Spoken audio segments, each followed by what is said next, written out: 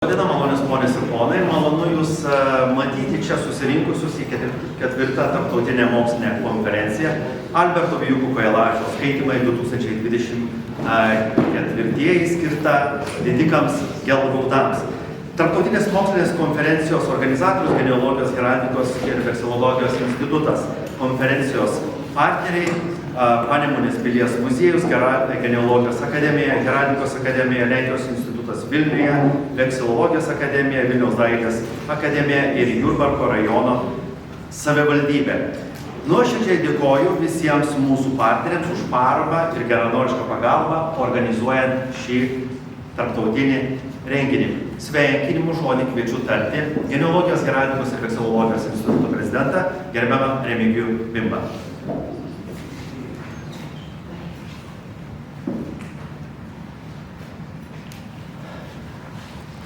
Mėly kolegos, lektoriai, dalyviai, svečiai, ponios ir ponai. Mėla ponė, Catherine Barbara Tereleves Gelgaud-Keller, gerbiamas pilies Panemunės direktoriau daktarė Marijau Dariškevičiau, gerbiamas merė Skirmantai Mackevičiau.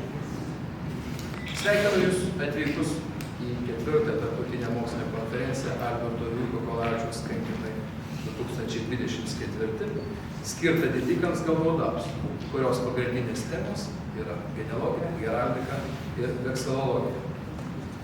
Džiaugiuosi matydamas tokį gausų mokslininkų, tyrėjų, istorijos entuziastų būrį, susirinkusi diskutuoti, dalintis įžvalgomis ir toliau puoselėti mūsų krašto istorinį paveldą. Konferencijos pavadinimas mena didį mūsų krašto istoriką, teologą, filosofą Albertą Vijūko Kojelavičių, kurio darbus ir palikimą šiandien ne tik minime, bet ir tęsime. Jis tapo ne tik išskirtiniu pavyzdžiu, kaip galima kruopščiai ir ištikimai tyrinėti praeitį, bet ir įkvėpimu mums, šiandieniniai mokslo bendruomenei. Šių metų konferencijoje ypatingą dėmesį skirsime didikų gelgaudų gynimui, jų reikšmei Lietuvos istorijoje bei jų indėliui į mūsų kultūros ir valstybingumo raidą. Genealogijos, heraldikos ir vekselologijos tyrimai ne tik atveria gilesnės mūsų praeities pažinimo galimybės, bet ir padeda geriau suprasti šiandieninį tapatybę. Ypač džiaugiuosi galėdamas šiandien įteikti Alberto Vijūko Kojelavičiaus atminimo medalį ir premiją už nuopelnus istorijai, genealogijai, heraldikai ir vekselologijai, skirtą iškiliai mokslininkai, profesoriai, daktarai Ramunei Šmigelskytei Stukienei. Jos įnašas į šias mokslo sritis ne tik praturtino mūsų žinias apie praeitį, bet ir prisidėjo prie mokslinio tyrimų Lietuvoje plėtros. Nuoširdžiai sveikinu profesorę su šiuo pelnytu apdovanojimu ir linkiu dar daug sėkmingų atradimų. Tegul šis renginys tampa erdve ne tik akademinėms diskusijoms, bet ir naujoms idėjoms bei įkvėpimu tolimesniems tyrimams. Tikiu, kad ši konferencija sustiprins mūsų bendrą siekį išlaikyti gyvą praeitį ir dar geriau pažvelgti į mūsų tapatybę formavusias istorijos klostes. Linkiu visiems vaisingos ir prasmingos konferencijos, gausių diskusijų ir naujų atradimų.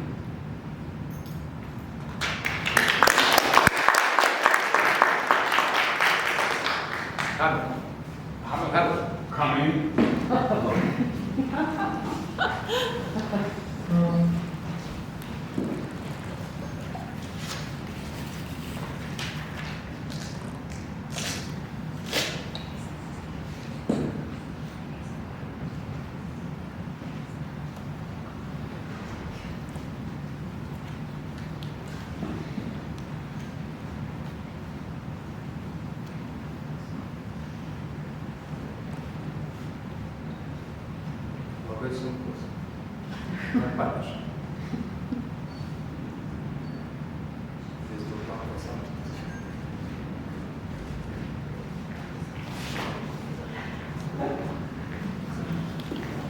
As a plan.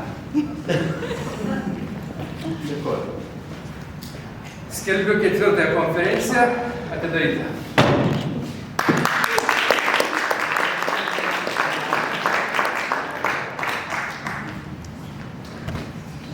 Sveikinimo žodį kviečiu tarti Didikų Gelgautų giminės atstovė, tiesioginė paskutiniojo Panemunės pilies savininkų iš Gelgautų giminės 9 eilės provaikaitė ir pabandysiu lietuviškai perskaityti teisingai jos vardą. Kotryna Barbora Teri Luis Gelgaudaitė Kilik. Prašom, žodis jums, words for you.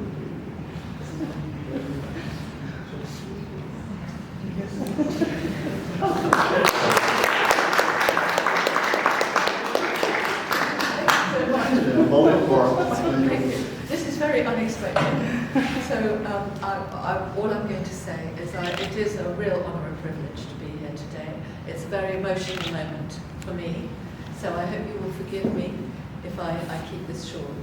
I feel I am myself a very lucky student to be here this weekend, to find out about my family heritage, to represent my family, and to be a connection with the past, and to see how the castle is so relevant today. And I mentioned before all the projects that are happening here, the new artwork, the work with the students, the hospitality, the attracting visitors, and the impact, the positive impact on the surrounding countryside, which is so very beautiful. So thank you so much from the bottom of my heart for your wonderful warm reception and for the opportunity to get to know you and to be here today. Thank you very much. Thank you very much. Taigi, ponia Gilbert labai, sako, nesiruošiau šitam, aš minėjau, kad reikės, bet atsisakė, bet mes vis tiek privertėm pasveikinti, nes yra labai kukli ir labai yra dėkinga ir džiaugiasi, kad vykusi reprezentuoti Gelgautų giminę, nes kaip ir kiekviena giminė turi savo galvą, tai jos teta yra galva, Meina, kuri negalėjo šiandien atvykti, tai perdavė vairą panikiai. Ir taigi labai džiaugiasi, čia galėjome būti šį savaitgalį ir atsiprašo, kad negali daug išreikšti, nes tiesiog dar trūksta žodžių, viskas yra labai šviežia ir tiesiog reikia susigulėti informacijai, nes tiesiog labai daug emocijų. Tai dėl to atsiprašo už trumpą kalbą, nes tiesiog nepasiruošusi yra šitam siautuly ir jausmų kažką pasakyti ir daugiau. Taip pat labai džiaugiasi, kad pilis gyva ir tai yra ne tik tai pilis sala, bet pilis bendruomenės centras, džiaugiasi bendruomenės įsitraukimu, kalbėjo su ne vienu pilyje dirbančių darbuotojų, kurie čia gyvena, tai labai džiaugiasi, bet ir šiandien visai nesenai su ponu Antanu Šveiberiu kalbėjo, kurio giminė 3 kartas prižiūrėjo pilį. Tai labai buvo jaudinanti akimirka, taigi labai dėkoja už visą parodytą dėmesį ir džiaugiasi galėtume būti čia ir perduoti žinutę grįžusi visai giminei. Kotryna, ačiū Jums labai, sveika sugrįžusi namo.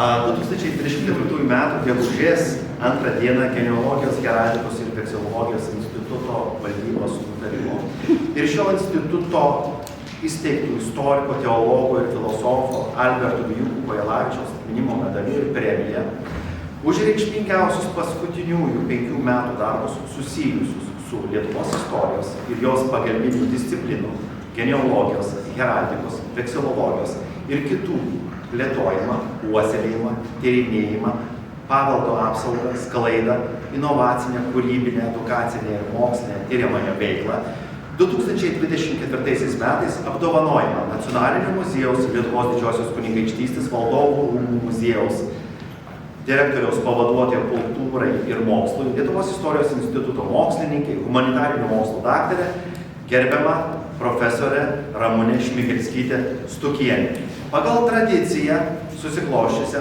laureatui Alberto Vijūkų Kojelavičiaus atminimo medalį įteikė tos savivaldybės meras su regalijomis, kurioje vyksta tarptautinė mokslinė konferencija. Kviečiu gerbiamą Jurbarko savivaldybės merą poną Skirmantą Mockevičių įteikti atminimo medalį ir gerbiamą Remigijų Bimba, Genealogijos, heraldikos ir vekselologijos instituto prezidentą, įteikti laureatai premiją. Gerbiamas merė, prezidentė, gerbiama laureatė.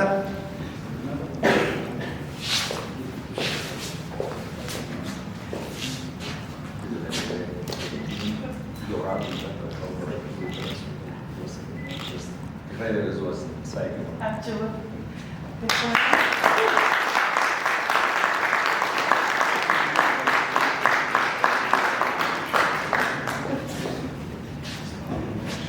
Dėkoju labai. Ačiū. Dėkoju.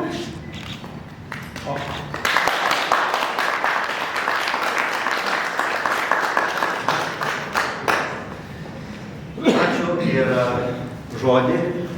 Prašome, kad... Aš turiu viską susirašęs.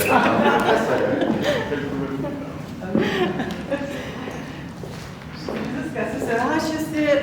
Iš tiesų, gerbėmieji, Jūsų ekscelencijos, ponė Gelbut, gerbiamas šių rūmų, šios pilies šeimininkė, nuoširdžiai dėkoju Genealogijos, Heraldikos ir Veksikologijos institutui už man suteiktą garbę tapti Alberto Vijūko Kojelavičiaus atminimo medalio ir premijos laureate ir būti greta kitų iškilių Lietuvos istorijos bei pagalbinių disciplinų, genealogijos, heraldikos, veksikologijos ir kitų plėtojimui, puoselėjimui, tyrinėjimui, paveldo apsaugai ir sklaidai nusipelniusių laureatų. Priimu šį apdovanojimą ne kaip paskutiniųjų 5 metų darbų įvertinimą, bet kaip akstiną nesustoti ir tęsti darbus. Darbus Lietuvos istorijos tyrimų, paveldo puoselėjimo srityse, ypatingą dėmesį skiriant edukacijai ir švietimui. Istorija niekur kitur nesusilaukia mažesnio palikuonio pasitikėjimo autoriams taip visuomet rūpimo, kaip ten, kur tautų raida grąžina ją prie pačios pradžios, tarsi prie šaltinio.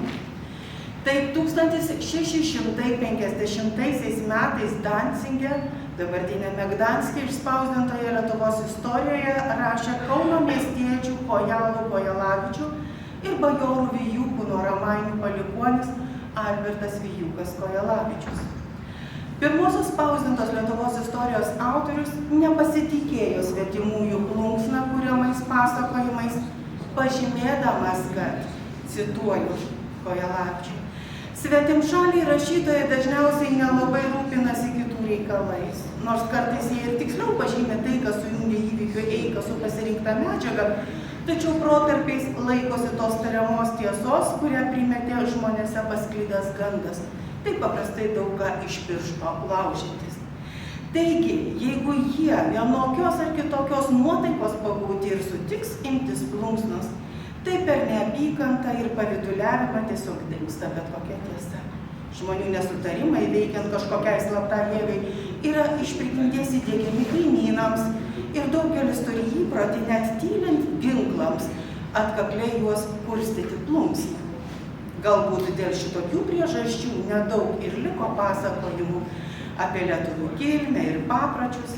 Beje, dėl tų pačių priežasčių daug jų sklinda abejotinų, dar daugiau be to iš viso melagingų. Čia vėlgi gana ilgoka citata iš to paties Kojelavičiaus Lietuvos istorijos veikalo išleisto ir spausdinto 1650-aisiais. Taigi jau 17 amžiaus viduryje garsusis istorikas, teologas ir filosofas Vijūkas Kojelavičius kvietė kurti savo tautinį pasakojimą, nepasitikint kaimynų primetamais naratyvais. Šis kvietimas ypatingai aktualus yra ir šiandien geopolitinių grėsmių akivaizdoje. Tad prisimdama apdovanojimą noriu paraginti visus Lietuvos istorijos bei jos pagalbinių disciplinų puoselėtojus ir visus istorijai neabejingus įsiklausyti į šiuos žodžius ir tęsti pradėtus darbus. Laikai keičiasi, o pamatinės vertybės išlieka. Ir dar, išvydusi pasaulį vaizdingame Užliedžių kaime, laukais besiribojančiame su senaisiais Romainiais ir Vijūkais, jaučiu, kad čia tvyranti senosios Romuvos dvasia įkvepia. Įkvepia tirti ir pažinti, kaip prieš 300 su viršų metų, taip ir dabar. Ačiū Jums.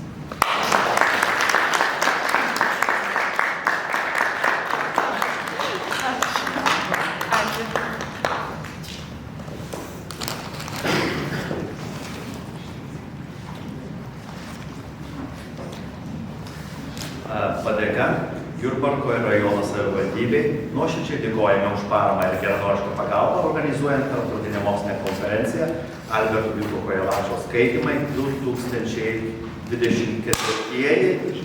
ir taip pat Genealogijos, heraldikos ir vekselologijos instituto įsteigto vardinių ženklų numeris 172 apdovanojimas gerbiamas Skirmantas Mockevičius už nuopelnus Genealogijos, heraldikos ir vekselologijos institutui.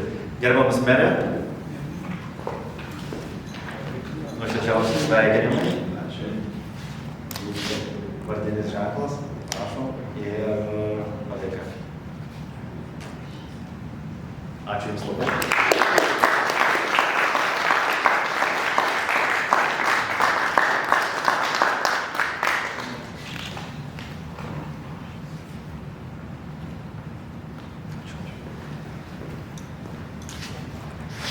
Padėka Vilniaus dailės akademijai.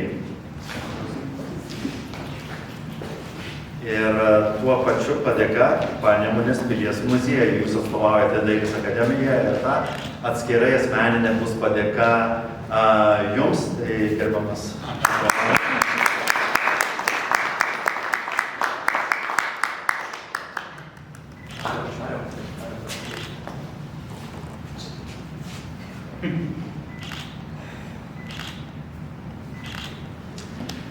Ačiū. Na, o dabar laikas paskaitoms. Truputėlį vėluojam, nenumatytai vėluojam, bet nieko. Eigoje viską ištaisysim. Mūsų konferencija susidės iš 2 dalių. Pirmoji dalis skirta geologams, aš ją moderuosiu. Pirmoji paskaita profesorės. Profesorė, jūs galite jau prisėsti. Mes nevėluojam, mes turim 3 minutės Ir tiek profesoriai, tiek man, tiek visiems kitiems yra laikas skirtas ribojamas 20 minučių. Nesupykit, jeigu kažko nespėsit, na, laikrodis tas toks iš tikrųjų suskambės, aš sakysiu stop, ačiū. Ir ko būsim nepabaigę, visa paskaita suguls į instituto leidinį. Na ir baigiantis pirmai sesijai, čia šioje garbingoje salėje bus įteikti kilmės ir naujų įsteigtų herbų liudijimai prieš pertrauką. Ir po pertraukos antrą dalį moderaus gerbiamas daktaras Marius Daraškevičius. Ir po antros diskusijų temos bus diskusijos ir konferencijos apibendrinimas.